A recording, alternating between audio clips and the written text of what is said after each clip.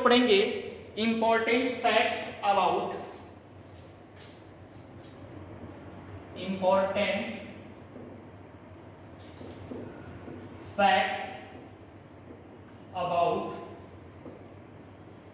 Ecosystem.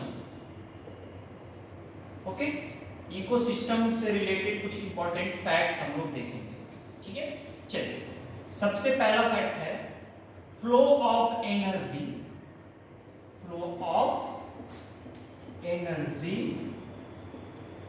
From producer to consumer, यानी energy का जो फ्लो होगा वो प्लांट से एनिमल की तरफ होगा। ठीक है, ठीक है ना। Cycling of matter between biotic and abiotic components. ठीक है, तो जरा ध्यान दीजिएगा, जो भी मैटर का साइक्लिंग होगा वो बायोटिक और अबायोटिक कंपोनेंट्स के बीच होगा। बात मेरी समझ में आ रही है? चलिए अगली बात करते हैं डायरेक्ट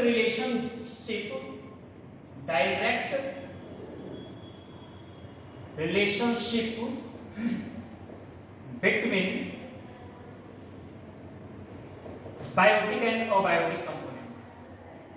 ठीक है, ये भी बहुत ध्यान देने की जरूरत है कि इन दोनों के बीच क्या हो, डायरेक्ट रिलेशन होना चाहिए। ठीक है ना।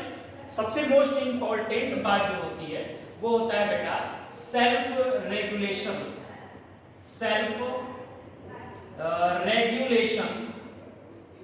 जिसको बेटा बोलते हैं होमियोस्टैटिस पावर। तो कोई भी इकोसिस्टम है उसमें सेल्फ रेगुलेशन पावर पाया जाता है। पिछले लेक्चर में मैंने आपको एक्वेरियम का एग्जांपल देके बताया कि एक्चुअल में बहुत सटीक एग्जांपल है लेकिन समझने के लिए बहुत बढ़िया है। सिंपल सा फंडा है, कोई भी बड़ा इकोसिस्टम होगा तो वो खुद अपने आप में रेगुलेट होगा। उसको ऐसा नहीं कि बहुत बड़ा तालाब है तो रोजाना आप मछलियों को खाना डालने जाओगे, मछलियां खुद अपना खाना ढूंढ लेंगे। बात मेरी समझ में आ रही है ना?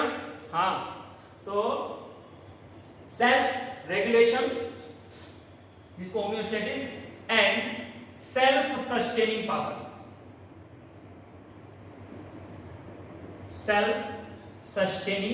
पावर, मतलब अपने आप को रेगुलेट करते हुए क्या है, ये आगे की तरफ स्पेशली मूव करते रहेंगे। ठीक है ना, जिससे कि आपका इकोसिस्टम जो होगा वो बैलेंस होगा। ठीक है, अगला हम लोग बात करते हैं इनकम्प्लीट इकोसिस्टम की। इनकम्प्लीट इकोसिस्टम, तो बेटा जरा ध्यान देना, इनकम्प्लीट इकोसिस्टम में क्या होगा। ठीक है ना, लैक वन और मोर स्ट्रक्चरल यूनिट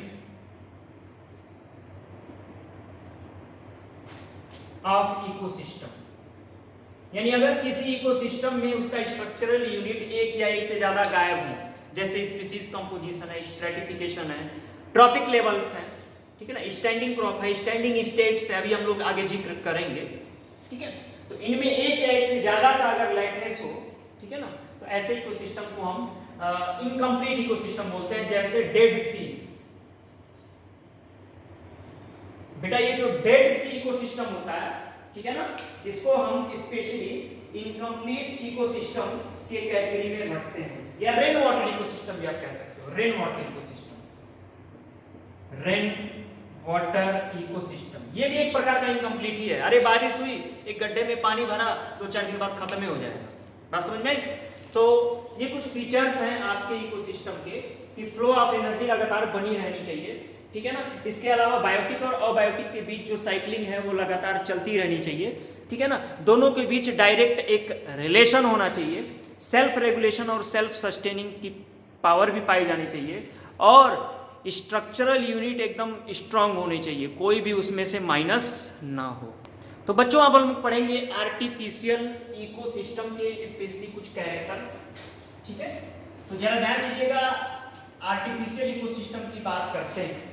ओके, तो इसमें lack self regulation and self sustaining power। ठीक है ना, ये ना तो अपने आप को बहुत अच्छे से रेगुलेट कर पाता है और ना ही रेगुलेट करते हुए आगे की तरफ मूव कर पाता है। सबसे बड़ा इसका फॉल्ट ये है। दूसरा फॉल्ट बेटा ये है, सो सिंपल फूड चेन।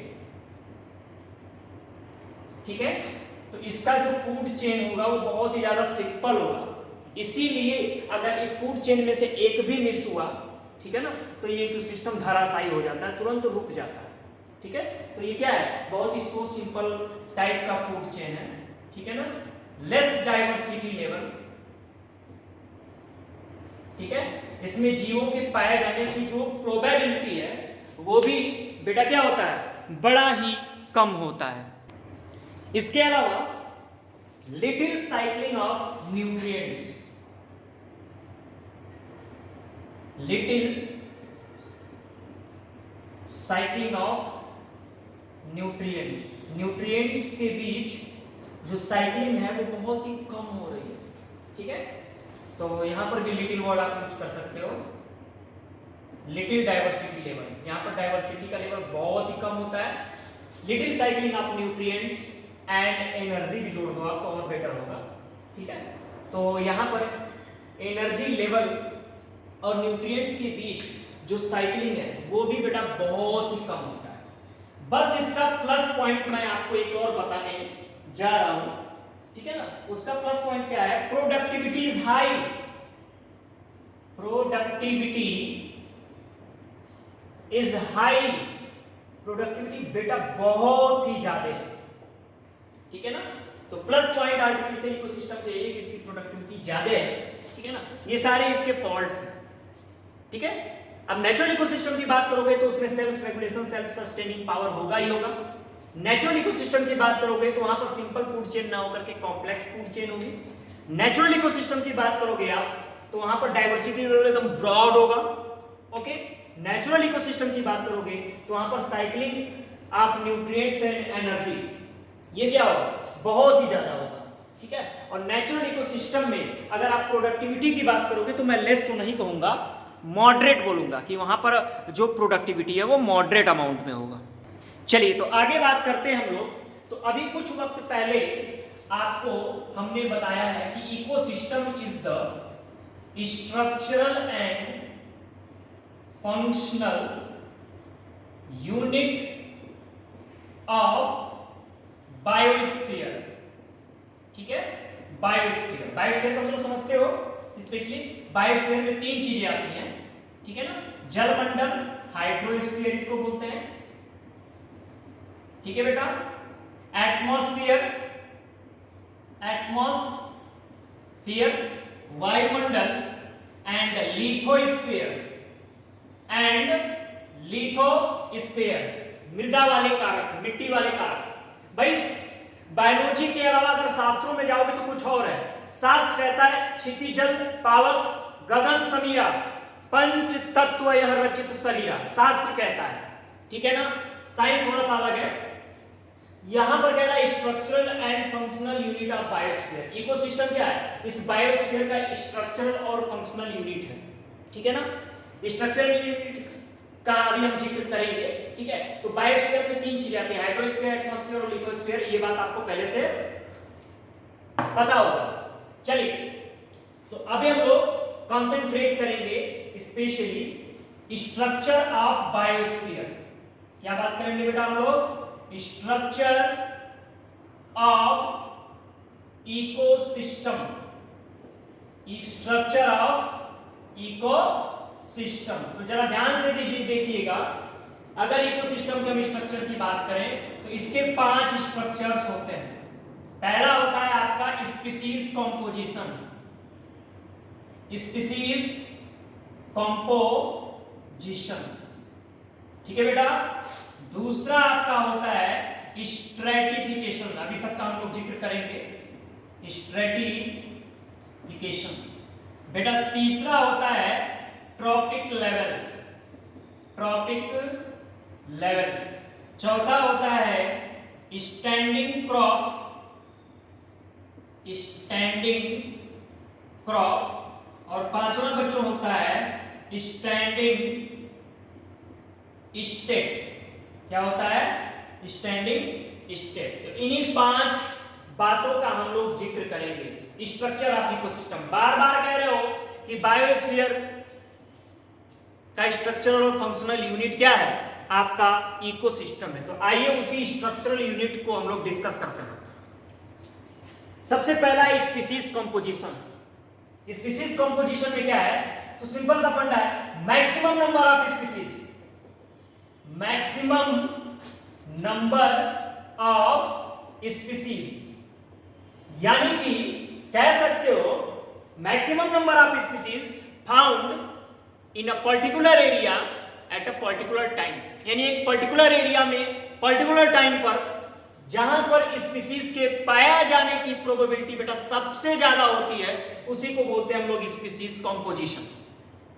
ठीक है ना? स्पीशीज के पाए जाने की प्रोबेबिलिटी जहां पर विभिन्न प्रकार के स्पीशीज मिलते हो।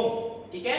जैसे एग्जांपल के फॉर्म में मैं आपको बता दूं, जैसे ट्रॉपिकल रेन फॉरेस्ट, बेटा ये एग्जांपल है इसका।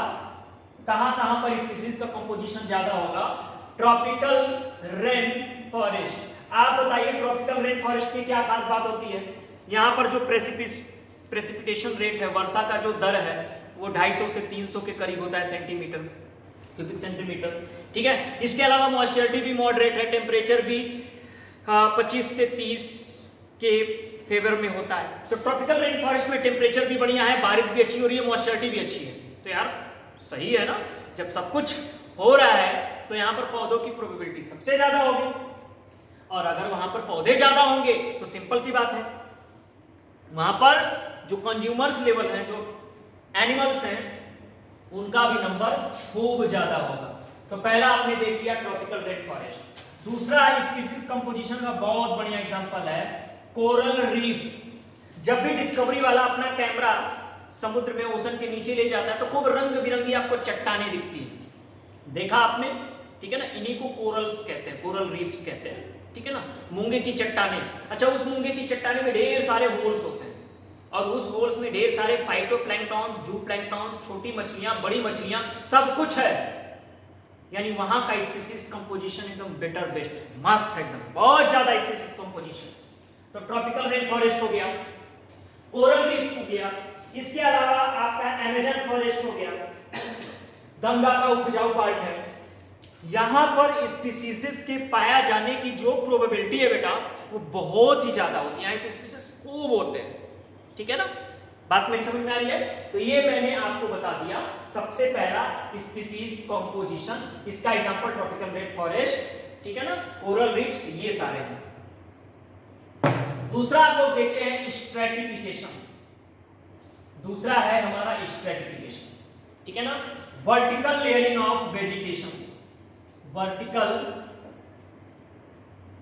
Layering of vegetation. अब भाई जरा ध्यान से समझो, मान लो आप किसी जंगल से होके गुजर रहे हो, जमीन पे जब देखोगे तो खूब हरी सी चादर बिछी होगी एल्गीज की, मान लो नमी वाला जंगल है तो ये पहली लेयर होगी। एल्गी के बाद आप देखोगे तो घास की एक दूसरी चादर बिछी हुई होगी, ये हो गया सेकेंड लेयर। घास के बाद श्रब्स होगा, हर्ब्स होगा, हर्ब्स की एक चादर होगी छोटी सी, उसके बाद श्रब्स की एक चादर होगी, उसके बाद स्मॉल ट्रीज की चादर होगी, लेयरिंग होगी, उसके बाद लार्ज ट्रीज की लेयरिंग होगी। मतलब आप किसी जंगल से गुजर रहे हो ना, तो आपको 6 लेयर्स दिख रहे हैं। जमीन पे क्या है, स्पेशली खूब छोटे छोटे एल्गीज हैं, उसके बाद ग्रासेस की एक लेयर है, उसके बाद हर्ब्स की लेयर, उसके बाद श्रब्स की layer, then small trees, then large trees. तो आप देख रहे हो यहां पर क्या है, वेजिटेशन की वर्टिकल लेयरिंग है। ये भी बता रहा है कि यार यहां पर स्पीशीज कंपोजिशन बहुत ही ज्यादा है, और ये भी क्या है, आपके इकोसिस्टम का एक स्ट्रक्चर इंडिकेट करता है। ठीक है, तो चलिए ये हमने देख लिया vertical layering of vegetation, formation of vertical layers where vegetation is dense, formation of vertical layers, ठीक है ना, ये आपका कहलाता है स्ट्रैटिफिकेशन। चलिए तीसरी बात करते हैं ट्रॉफिक स्ट्रक्चर। इस जीवन का एक कटु सत्य है, एक जीवन का अंत होता है, दूसरे जीवन की शुरुआत होती है।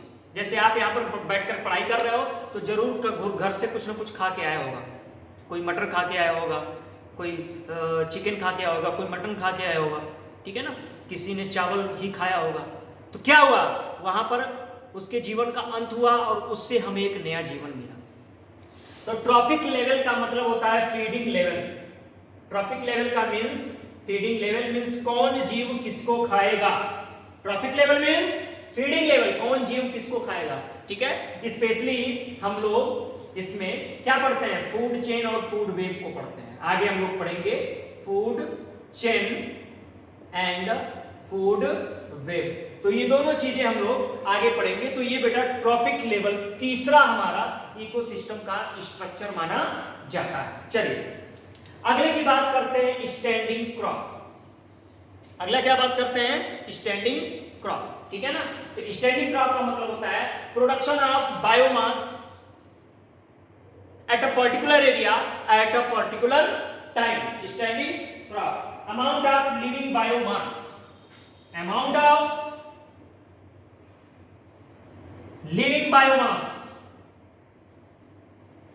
amount of living biomass at a particular area at a particular time, यानी किसी पर्टिकुलर एरिया में पर्टिकुलर टाइम पे जितना ज्यादा लिविंग बायोमास आपको दिख रहा है, जितने ज्यादा बायोटिक कंपोनेंट्स दिख रहे हैं, जीवित दिख रहे हैं, ठीक है ना, उनके बॉडी का जो वेट है उसको बेटा लोग बोलते हैं स्टैंडिंग क्रॉप, ठीक है। और दूसरा आता है स्टैंडिंग स्टेट। इसका मतलब होता है अमाउंट ऑफ इनऑर्गेनिक कंपोनेंट्स,